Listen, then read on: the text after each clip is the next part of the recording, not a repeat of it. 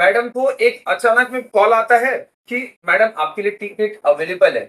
Madam 27 तारीख को जाती है और उनका नॉमिनेशन हो जाता है। जैसे 27 तारीख को उनका नॉमिनेशन एबी फॉर्म मिलता है, 28 तारीख को हमारे स्कूल पे बुलडोजर चलता है सर।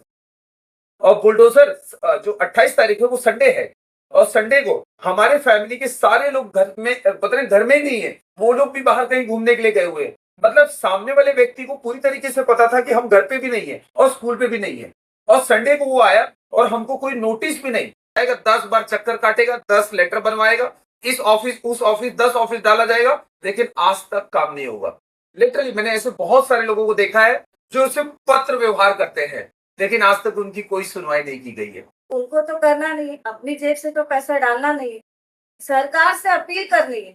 आपको पैसा भी नहीं देना है। अगर जनता कुछ समस्या से जूझ रही है, तो आपका काम है कि जनता की सेवा करना। क्योंकि जनता से आपने रिक्वेस्ट किया है कि हमें वोट दो, हमें जिताइए, तो उनकी भी समस्या को सुनना चाहिए। आपको केवल सरकार से अपील करना है, फंड वहाँ से मिलेगा और आपको उस पे केवल कार्य करना है, तो वो भी नहीं कर रहे हैं। जब मैं नगर सेवक के पास जाता तो नगर सेवक मुझे कहता महानगर पालिका के पास पैसा नहीं है, महानगर पालिका के पास पैसा नहीं है, लेकिन हजार पब्लिक जैसे वहां जाती है, ठीक है, और वहां आयुक्त तो तमाम ऑफिसर्स आते हैं, तो उसके 10 दिन के बाद पता नहीं कि ये पैसा कहां से महानगर पालिका के पास आ जाता है। कि पिछले 28 को तोड़क कार्रवाई हुई थी मेरे यहाँ पे, लेकिन पूरे नाला सुपारा वसई विरार में जितने पत्रकार थे, किसी भी पत्रकार ने इस न्यूज को कवर नहीं किया है। बताओ किस बात का डर है किसी और पत्रकार को। मैंने कई लोगों को फोन करके भी बुलाया, सर आइए, सर आइए, लेकिन कोई आने के लिए तैयार नहीं है। किस कंपनी का डर है उनको।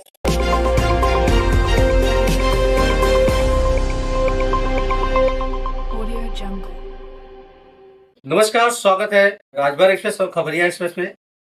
इस समय मुंबई और मुंबई के आसपास के नगरों में चुनाव का माहौल काफ़ी तेज़ी से गरमाया हुआ है और हर जगह जितनी भी पार्टियां हैं अपनी तरफ से मेहनत कर रही है, कोशिश कर रही है इस बार हमारा कैंडिडेट जीते। और यहाँ पे वार्ड क्रमांक 8 बी से मंजू यादव जी है, जो शिवसेना बाला साहब ठाकरे गुट के उम्मीदवार है। बाला साहब ठाकरे गुट से नाला सोपारा के अंदर देखा जाता है कि उत्तर भारतीय ज़्यादा है, साथ ही साथ यहाँ की जो समस्याएं हैं, समस्याओं का समाधान नहीं होता है। जैसे रास्ते हो गए, यहाँ की लाइट की व्यवस्था हो गई, ज़्यादा करके यहाँ जो समस्या ज़्यादा है वो रोड की है। तो हमारे साथ मंजू यादव जी हैं, जानना चाहेंगे कि क्या समस्या है। जो समस्या यहाँ की है, यहाँ इलीगल कार्रवाई भी ज़्यादा होती है, बिना नोटिस दिए भी लोगों के घर तोड़े जाते हैं, ऐसी भी समस्याएं हैं, समाधान नहीं हो पाता है। जनता को क्या चाहिए? घर चाहिए, सड़क चाहिए, रोड चाहिए, अच्छे स्कूल चाहिए और हमारे बच्चे ताकि अच्छे से पढ़े। लेकिन आज के नया सोपारा में ना अच्छे हॉस्पिटल है, ना सड़क अच्छे है। हर सुविधाओं के लिए मुंबई की तरफ रुख करना पड़ता है। तो जानना चाहेंगे कि शिवसेना मसाल की तरफ से मंजू यादव जी हैं, क्या वादे जनता के साथ करेंगी, क्या वादे लेके जाएंगे, क्या जीतने के बाद वादे पूरे भी होंगे? क्योंकि देखा जाता है कि चुनावी माहौल में जनता से तो तमाम हर पार्टियां ऐसे ऐसे वादे करते हैं कि जैसे लगता है कि चुनाव जीतने बाद तुरंत हो जाएगा, लेकिन जीतने के बाद होता है क्या कि वही जीता हुआ प्रत्याशी 5 साल गायब हो जाता है। जनता उनको ढूंढती रहती है और मिलते नहीं है। तो मैडम, स्वागत हमारे चैनल में। क्या कहेंगे, यहाँ से बहुत सी उत्तर भारतीय है, प्लस यहाँ की ज़्यादातर की समस्याएं रोड की है, तो क्या कहना चाहेंगे? नमस्कार सर। जैसा कि मैं यही बोलना चाहूंगी, यहाँ खास करके धानुबाग से मैं यहाँ काफी समय से हूँ, लेकिन ये रोड को सुधारने के लिए हमने काफी टाइम बहुत बार लेटर दिया। लेटर की सुनवाई कभी नहीं हुई, लेकिन बिना लेटर बिना नोटिस के तोड़क कार्रवाई तुरंत हो गई। अच्छा, मतलब कहना चाहते हैं कि अगर नोटिस नहीं आया है और तोड़ा कार्रवाई हो जाएगी? बिल्कुल, ये तो हमारे साथ भी हुआ है सर। अच्छा। लेटर हमने काफी 14 सालों से रोड को बनवाने के लिए, पानी नहीं है, गटर नहीं है, ये सब चीजों के लिए हम पर्सनली सर और मैं काफी टाइम लेटर लेकर गए कि रास्ता सुधर जाए। नगर सेवक के पास गए, जहाँ जहाँ हमको कहा गया वहाँ वहाँ स्कूल के लेटर हेड पे लेटर लेकर गए, पब्लिक को भी लेकर गए, लेकिन वो लेटर की कोई सुनवाई कभी नहीं हुई। नतीजा ये हुआ कि हम पर्सनली जितना हमसे हो सका हमने रैबिट गिरवाया, मिट्टी गिरवाया, जितना हो सका उतना हमने ये रोड को सही करवाया, नाले बनवाए, क्योंकि हम नगर सेवक है नहीं, इतना फंड हमारे पास भी नहीं है कि हम पूरी तरह उसको सही कर सके, लेकिन जितना हो सका पब्लिक जानती है कि हमने ये अपने एरिया के लिए कार्य किया है सर।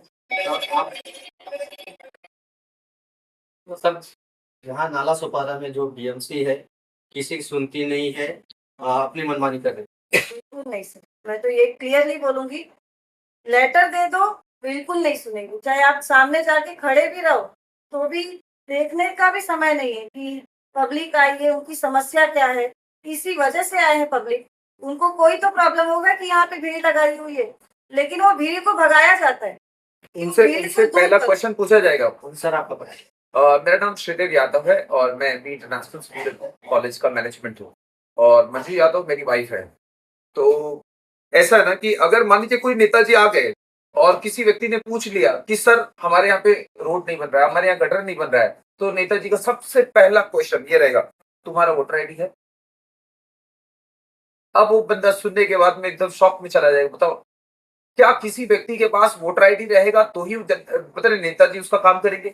कैसा है ना कि मेरे हिसाब से नेताजी को किसी व्यक्ति का पर्सनल डॉक्यूमेंट तो नहीं पूछना चाहिए, क्योंकि अगर वो रह रहा है तो कहीं ना कहीं बोलते हैं कि लैंड का टैक्स तो भर ही रहा होगा, है कि नहीं, किसी न किसी तरीके से तो सर्वाइव कर रहा है कि नहीं, तो डॉक्यूमेंटेशन तो नेताजी को नहीं पूछना चाहिए। लेकिन उस बंदे की बात काटने के लिए वो बोलते हैं कि आपके पास वोटर आईडी है, अगर वोटर आईडी है तो आओ मेरे ऑफिस में, और वो बंदा ऑफिस में जाएगा, 10 बार चक्कर काटेगा, 10 लेटर बनवाएगा, इस ऑफिस उस ऑफिस 10 ऑफिस डाला जाएगा, लेकिन आज तक काम नहीं होगा।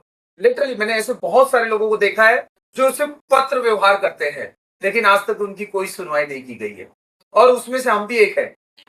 हमको भी दिलासे दिए गए, सर आप लेटर महानगर पालिका को डालो, अरे आपके पास तो स्कूल एंड कॉलेज है, अरे आपका लेटर मतलब कि डायरेक्टली जाएगा तो महानगर पालिका काम करेगा। कितने बार लेटर दिया हमने, महानगर पालिका कितने बार काम किया। हाँ, ये बाहर का रोड हमने बताए, इस 9 एकड़ के रोड पे तकरीबन आज तक 50 से 60 गाड़ी मिट्टी हमने डलवाया है, ठीक है। बारिश के टाइम पे ये डूबता था ये एरिया, ठीक है, यहाँ पे बच्चे नहीं आ पाते थे, हमारे फादर ने पर्सनली गाड़ी मंगा के मिट्टी डलवाया है, ठीक है। एक बार भी लोग नहीं बोले हमको कि सर रोड बनाते। तो सर इतनी समस्याएं हैं, आखिर समाधान नहीं हो रहा है। सर जनता ही चुन के देती, जनता का ही काम नहीं हो रहा है। देखिए यहाँ के जो नेता हैं वो कहीं न कहीं मेरे नजर में तो नेता है ही नहीं। नेता मतलब होता है लीडर, लीडर मतलब जो सबको एक साथ लेकर चले, ठीक है। लेकिन यहाँ पर नेता जैसी नेता बनता है वो सबका साथ छोड़ देता है, ठीक है। और फिर उसके बाद में सिर्फ और सिर्फ जो मीटिंग्स होगा, कहीं पूजा पाठ होगा, कहीं बर्थडे का कार्यक्रम होगा, ठीक है, कहीं कुछ प्रोग्राम रहेगा तो वहां फीता काटने के लिए पहुंच जाएगा। सिर्फ हमारे नेताजी का एक ही रोल है। ऐसा है कि सर कार्य उनको तो करना नहीं है, अपनी जेब से तो पैसा डालना नहीं है, सरकार से अपील करनी है, आपको पैसा भी नहीं देना है। अगर जनता कुछ समस्या से जूझ रही है तो आपका काम है कि जनता की सेवा करना, क्योंकि जनता से आपने रिक्वेस्ट किया है कि हमें वोट दो, हमें जिताइए, तो उनकी भी समस्या को सुनना चाहिए। आपको केवल सरकार से अपील करना है, फंड वहां से मिलेगा और आपको उस पर केवल कार्य करना है, तो वो भी नहीं कर रहे हैं। आप भी अभी चुनाव मैदान में है, तो जनता के पास क्या मतलब, क्या मैं आपका मोटो क्या है? बस मैं बताता सर, हमारे पास जब कुछ नहीं था तब भी हमने किया, हमारे पास सरकार से कोई फंड नहीं आया था, कहीं हमने जनता से भी नहीं लिया कि भाई हम बनवा देते, हमने हमसे जो बन पड़ा हमने पैसे डाले और वो रास्ता बनवाया। तो आप सोचिए कि अगर हमें ये अधिकार मिल जाएगा तो हम तो बहुत कुछ करेंगे सर, पूरा धानुबाग का मैं तो वचन देती हूँ, पूरा नक्शा ही बदल जाएगा।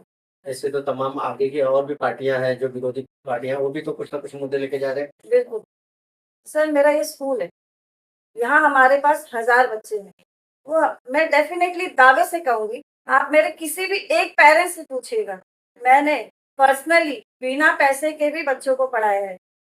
बच्चे के पास फीस के लिए नहीं, यूनिफॉर्म के लिए नहीं है, उसका भी हमने ही किया है। तो आप पेरेंट्स से फीडबैक कीजिए, क्या हम जो बोले हैं और वो नहीं किए हैं, उससे ज्यादा करते हैं, क्योंकि हमको उनकी तकलीफों पे हम अपनी तकलीफ समझते हैं। सर क्या करें? मैं आपको बताना चाहूंगा, मैडम की बात करेंगे। आज सबसे पहले तो मैं अपने स्कूल का इंट्रोडक्शन दूंगा। मेरे स्कूल का नाम है एमबी इंटरनेशनल स्कूल, धानियों बाग में ये स्कूल है। मेरे सभी क्लासरूम में टच स्क्रीन बोर्ड लगा हुआ है। ठीक है, वो किसकी देन है? मैडम की देन है।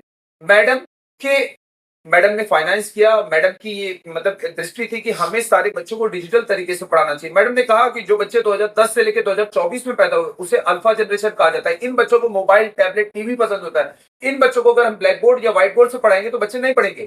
ठीक है, 100 में से मान लीजिए 5% बच्चे पढ़ेंगे। 95% बच्चों को अगर पढ़ाना है तो डिजिटल सिस्टम से पढ़ाना पड़ेगा। तो मैडम ने नया डिजिटल सिस्टम लाया। इसके अलावा देखा जाए तो हमारे स्कूल में किसी भी बच्चे को ट्यूशन जाने की जरूरत ही नहीं है। अगर आपका बच्चा कमजोर है वो मेरा मिस्टेक है। ठीक है, ऐसा एजुकेशन सिस्टम हम ऑपरेट कर रहे हैं सर। ठीक है, आप मुझे बताइए पूरे नाला सुबारा में क्या कोई व्यक्ति मेरे इस स्टेटमेंट को मैच कर पाएगा? कोई स्कूल वाला? ये मैडम की देन है। अब मैडम इस सिस्टम में इसलिए उतरी, आपको बताना चाहूंगा, मैडम का पॉलिटिकल कोई व्यू नहीं था।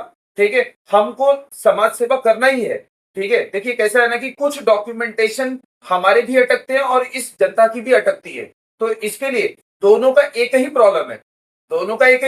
जैसे मैं भी इसी रास्ते से आता हूँ, जनता भी इसी रास्ते से आती है। ये रास्ता बन नहीं रहा है, मैं भी इसी रास्ते से आता हूँ और कहीं ना कहीं यहाँ पे गटर भी नहीं बन रहा है। तो कहीं ना कहीं जनता का प्रॉब्लम और मेरा प्रॉब्लम दोनों सेम है। और हम पिछले 15 साल से गुहार लगा रहे हैं कि कोई बना दे, कोई बना दे, कोई बना दे। तो लोगों ने बनाया नहीं। तो कहीं ना कहीं मैं आपको बताना चाहूंगा, पिछले साल मैंने हालांकि यहाँ पे जो रूलिंग पार्टी है, मैंने उसको कई बार रिक्वेस्ट किया, उन्होंने नहीं सुना। तो मैंने पिछली बार बगावत कर दिया। मैंने सोचा कि अगर सीधे उंगली से घी नहीं निकलती है तो टेढ़ा कर देना चाहिए। तो मैंने क्या किया, एक अदर पॉलिटिकल पार्टी के साथ में मैंने बताने की हाथ मिला लिया और मैंने उनको कहा कि चलिए हम एक रैली करते हैं। और हमने एक रैली भी किया, उसमें 1000 महिलाओं को लेकर गए। यहाँ धानीबाग तालाब पर शिवाजी महाराज का पुतला है। ठीक है, वहां पर हमने बताने की आयुक्त को बुलाया, तमाम लोगों को बुलाया, हमने यहाँ का प्रॉब्लम भी बताया। तो उस टाइम पे आयुक्त ने स्टेटमेंट दिया कि हम 10 दिन के अंदर किसी भी हाल में आनंद फानंद में काम करेंगे। और हुआ ये भी कि 10 दिन के अंदर उन्होंने रोड भी बनाया, गटर भी बनाया। ठीक है, इसके पहले जब मैं नगर सेवक के पास जाता तो नगर सेवक मुझे कहता महानगर पालिका के पास पैसा नहीं है, महानगर पालिका के पास पैसा नहीं है। लेकिन 1000 पब्लिक जैसे वहां जाती है, ठीक है, और वहां आयुक्त तो तमाम ऑफिसर्स आते हैं, तो उसके 10 दिन के बाद पता नहीं कि ये पैसा कहां से महानगर पालिका के पास आ जाता है। तो ये आपको बताना चाहूंगा, कहीं ना कहीं जनता का प्रॉब्लम हमारा प्रॉब्लम सेम था। इसकी वजह से हमने चुनाव के लिए हम सोच रहे थे। मैडम को एक अचानक में कॉल आता है कि मैडम आपके लिए टिकट अवेलेबल है। मैडम 27 तारीख को जाती है और उनका नॉमिनेशन हो जाता है। जैसे 27 तारीख को उनका नॉमिनेशन एबी फॉर्म मिलता है, 28 तारीख को हमारे स्कूल पे बुलडोजर चलता है सर। और बुलडोजर जो 28 तारीख है वो संडे है, और संडे को हमारे फैमिली के सारे लोग घर में, पता नहीं घर में ही नहीं है, वो लोग भी बाहर कहीं घूमने के लिए गए हुए हैं। मतलब सामने वाले व्यक्ति को पूरी तरीके से पता था कि हम घर पे भी नहीं है और स्कूल पे भी नहीं है। और संडे को वो आया और हमको कोई नोटिस भी नहीं। ठीक है, बिना नोटिस के उन्होंने तोड़ो कार्रवाई स्टार्ट किया। नियम के हिसाब से पहले आपको नोटिस मिलना चाहिए। अरे सर, देखा जाए तो एक व्यक्ति को अगर हमको अरेस्ट भी करना है ना सर, तो एक पता नहीं वारंट जारी करना पड़ता है। ठीक है, तो कहीं ना कहीं महानगर पालिका इतना बड़ा कि कहीं ना कहीं महानगर पालिका ने अनपढ़ वर्कर्स को तो नहीं हायर किया, अनपढ़ इंजीनियर्स को तो हायर नहीं किया हुआ है कि बिना पता नहीं कि नोटिस के उन्होंने सीधा तोड़ना स्टार्ट कर दिया। और इवन कॉल भी नहीं किया मुझे। और उसके बाद में यहाँ की जनता मुझे कॉल करने लगी। मैं संतोष भवन के आसपास था, मैं गाड़ी कितना तेज करता, मैं सुपरमैन तो नहीं बन सकता। मैं जब तक पहुंचा तो आधा लोग ने तोड़ चुके थे। और मैंने उनको कहा कि सर आप इसको स्टॉप कीजिए। तो इन्होंने कहा कि सहायक आयुक्त से आप बात कीजिए, वो कुछ कर सकते हैं, मैं कुछ नहीं कर सकता, उनका नंबर ले लीजिए। सहायक आयुक्त से मैंने बात करने का प्रयास किया, बोले ऊपर से आदेश है। बताओ, ये स्कूल में बड़े बड़े रॉकेट्स लगे हुए हैं, GSLV MK3, GSLV MK2, Vikram 3, RLV, इतने बड़े बड़े प्रोजेक्ट्स लगे हुए हैं। ठीक है, हम एक अच्छा सिस्टम बना रहे हैं, हम एक लेबोरेटरी सिस्टम तैयार किए हुए हैं, वो भी टेम्पररी शेड है, ऐसा भी नहीं कि वो कंस्ट्रक्शन है वो। ठीक है, देखिए मेरे ही जमीन, मेरा ही वो 7/12 है, मेरा ही जमीन है, और मैंने उसके ऊपर नट बोल्ट वाला सिस्टम तैयार किया। नट बोल्ट वाले सिस्टम के लिए कहीं ना कहीं परमिशन मेरे हिसाब से लेना नहीं पड़ता है। ये तो ऐसा महानगर पालिका ने कर वो मतलब ये तोड़ के ऐसा साबित कर दिया कि सर अगर आपको आम का पौधा भी लगाना है ना तो आओ महानगर पालिका में लेटर दो। महानगर पालिका ने ऐसा मेरे साथ कर दिया है कि अगर आपको सब्जी भी लेना है ना तो कौन सी सब्जी आज लेके आपको खाना है वो महानगर पालिका से पूछना पड़ेगा मुझे। बताओ मेरे ही 7/12 में मुझे बताने की अगर टेम्पररी शेड बनाना है 2-4 महीने के लिए, तो उसके लिए मुझे महानगर पालिका से पूछना पड़ेगा। नहीं ऐसा तो नहीं। कहीं न कहीं सिस्टम का गलत यूज किया गया और मेरे साथ में मेरे स्कूल का तोड़क कार्रवाई किया गया ताकि मैडम नॉमिनेशन फॉर्म ना भर सके। ठीक है, कोई बात नहीं, 28 को टूटा, हम बहुत सदमे में गए, लेकिन 29 को मॉर्निंग में उठने के बाद में हम सिर्फ नॉमिनेशन फॉर्म के ऊपर वर्कआउट किए, ताकि नॉमिनेशन फॉर्म के ऊपर वर्कआउट किए। 30 को हमने नॉमिनेशन डाल दिया और 31 को एक्सेप्ट हो गया फॉर्म छन्नी में, और 31 को पहला कॉल आता है, सर आपका जो भी तोड़क कार्रवाई में लॉस हुआ है हम उसकी भरनी करने के लिए तैयार है, अपनी बहू को बैठा दीजिए। उसके बाद में हम उस कंडीशन के लिए एग्री नहीं होते हैं तो फिर हमें 2 तारीख को वापस धमकाया जाता है, आप अपनी बहू को बैठा दीजिए। फिर भी मैंने डिनाई कर दिया, नहीं। क्या होता है ना कि मैं तो पढ़ा लिखा व्यक्ति हूं, ये जमीन का 7/12 भी मेरे नाम से है, ठीक है। ये इतना सब डॉक्यूमेंटेशन सही होने के बावजूद तुम मेरे ऊपर बुलडोजर लगा सकते हो, तो यहाँ की तो जो जनता है उसके पास तो डॉक्यूमेंट भी नहीं है, उसके साथ क्या होगा? और ये जनता मेरी है, ठीक है। तो कहीं ना कहीं उनके बचाव की वजह से मैंने नॉमिनेशन फॉर्म डाला ताकि इस जनता को मैं बचा पाऊं। ये जो खतरनाक लोग हैं सिस्टम में, जो मुझे नहीं छोड़ रहे, तो हो सकता है आने वाले सिस्टम में उनको भी ना छोड़े। चलिए बहुत बहुत धन्यवाद सर। मैडम जानना चाहेंगे, आप कहीं ना कहीं सिस्टम को बदलने के लिए निकली हैं, क्या जनता का सपोर्ट मिलेगा आपको? बिल्कुल सर, जनता का पूरा सपोर्ट मिल रहा है, काफी लोगों का प्रेम मिल रहा है। हो सके तो हम शायद चुनाव जीत भी जाए। अब तो 15 तारीख को वोटिंग होगी, तभी फैसला चलेगा, पता चलेगा 15 कि तारीख को मैडम का बर्थडे। बस ये हमारे लिए एक बड़ा गिफ्ट होगा, हमारी जीत। ये तो 15 तारीख को फैसला होगा, और फिर 15 तारीख को मैडम का शुभ अच्छा दिन भी है कि उनका जन्मदिन है। तो अब देखते हैं कि 15 तारीख को यहाँ की जनता की जो समस्या है, काफ़ी इलीगल तरीके से जो काम हो रहे हैं, उसको सिस्टम को बदलने के लिए मंजू यादव जी निकली है। अब देखते हैं जनता का कितना सहयोग है। विपक्षी भी कमज़ोर नहीं है, वो भी कहीं ना कहीं इस चुनाव मैदान में जोर लगा रहे हैं। अब देखना है कि जनता किसको चुन के इस महानगर पालिका में भेजती है और क्या सिस्टम। और एक चीज मैं ये बोलना चाहता हूँ कि पिछले 28 को तोड़क कार्रवाई हुई थी मेरे यहाँ पे, लेकिन पूरे नाला सुपारा वसई विरार में जितने पत्रकार थे, किसी भी पत्रकार ने इस न्यूज को कवर नहीं किया है। बताओ किस बात का डर है किसी और पत्रकार को? मैंने कई लोगों को फोन करके भी बुलाया, सर आइए, लेकिन कोई आने के लिए तैयार नहीं है। किस कंपनी का डर है उनको? तो यहाँ पे जिस हिसाब से यादव जी कह रहे हैं, माफिया का राज चल रहा है। अब देखना है कि इस सिस्टम को मंजू यादव जी चुनाव जीतने के बाद बदल पाती हैं या नहीं पाती हैं, तो जनता डिसाइड करेगी किसको बीएमसी में भेजना है। तो ये हमारा वीडियो आपको कैसा लगा जरूर कमेंट बॉक्स में बताइए। चैनल पे नहीं तो चैनल सब्सक्राइब करना ना भूलें। मिलते हैं किसी अगली वीडियो में। जय हिंद, जय भारत।